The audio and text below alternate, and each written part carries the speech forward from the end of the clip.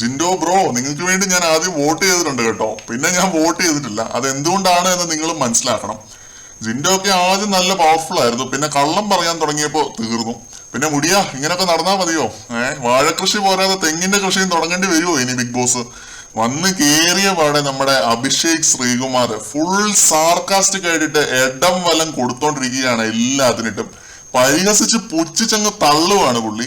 മുകേഷിന്റെ മറ്റേ ഡയലോഗ് ആയിരിക്കും അവരുടെയൊക്കെ മൈൻഡിൽ മുഴങ്ങിക്കൊണ്ടിരിക്കുന്നത്. പുല്ല് വിലയല്ലേടാ നീയൊക്കെ എനിക്ക് തരുന്നത്, പുല്ല് വില എന്ന് പറഞ്ഞ് അങ്ങനെ കരയുമായിരിക്കും ഉള്ളിന്റെ ഉള്ളിൽ എല്ലാരും. കാരണം ഒരു പുല്ല് വില പോലും കൊടുക്കുന്നില്ല നമ്മുടെ AS. വന്ന് കേറിയ പാടിയിട്ട് കൊടുത്തോണ്ടിരിക്കുകയാണ് എല്ലാത്തിനിട്ടും. അമ്മാതിരി കൗണ്ടറടിയും പരിഹാസമാണ് പുള്ളി. ജയദീപും നന്ദനയും കൂടി ലവ് ട്രാക്ക് സെറ്റ് ചെയ്യുന്ന പോലെ തമാശയൊക്കെ പറയുന്നുണ്ടായിരുന്നു എല്ലാവരുടെയും കൂടെ. അപ്പൊ പ്രേമത്തിന് മറ്റേ ചട്ടക്കൂടുകൾ വെക്കുന്ന ആളുകളെ അടുത്ത് നിൽക്കുന്ന ദൂരത്തിൽ ഉണ്ട്. അവരെയൊക്കെ തുപ്പി കാണിക്കാനുള്ള അകലത്തിൽ ഉണ്ടാവും. അങ്ങനെ പാടൂ ഇങ്ങനെ പാടൂ എന്നൊക്കെ പറയുന്നവര് തുപ്പി കാണിക്കാന്നൊക്കെ നമ്മുടെ ജയദീപ് പറയുന്നുണ്ട്.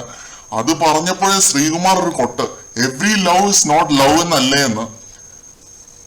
ആര് പറഞ്ഞു? താനാണോ പറഞ്ഞതെന്ന് പറഞ്ഞ് ഉടനെ പുള്ളിയുടെ മണ്ടയ്ക്ക് കയറാൻ പോകുന്നുണ്ട്.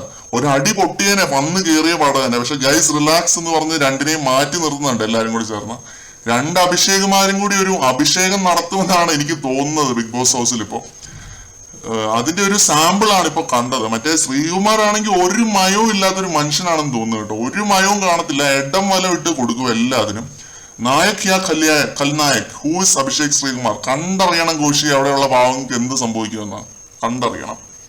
നമ്മുടെ ജബ്രികള് പുള്ളിക്ക് മുഖം കൊടുക്കുന്നില്ല കേട്ടോ ASന്. അവര് മഴുതി മാറി നടക്കുകയാണ്. കാരണം കണ്ടു കഴിഞ്ഞാൽ ഉറപ്പായിട്ടും പുള്ളി കിട്ടി കൊട്ടും. അതുകൊണ്ട് ഇവര് മുഖം കൊടുക്കുന്നേ ഇല്ല ASന്. അത് ഞാൻ പ്രത്യേകം ലൈവിൽ ശ്രദ്ധിച്ച ഒരു കാര്യമാണ് കേട്ടോ. ഗബ്രി ഒന്നും ആണെങ്കിൽ ആകെ സംസാരിക്കാനേ ഒരു താല്പര്യമില്ലാതെ നടക്കുകയാണ്.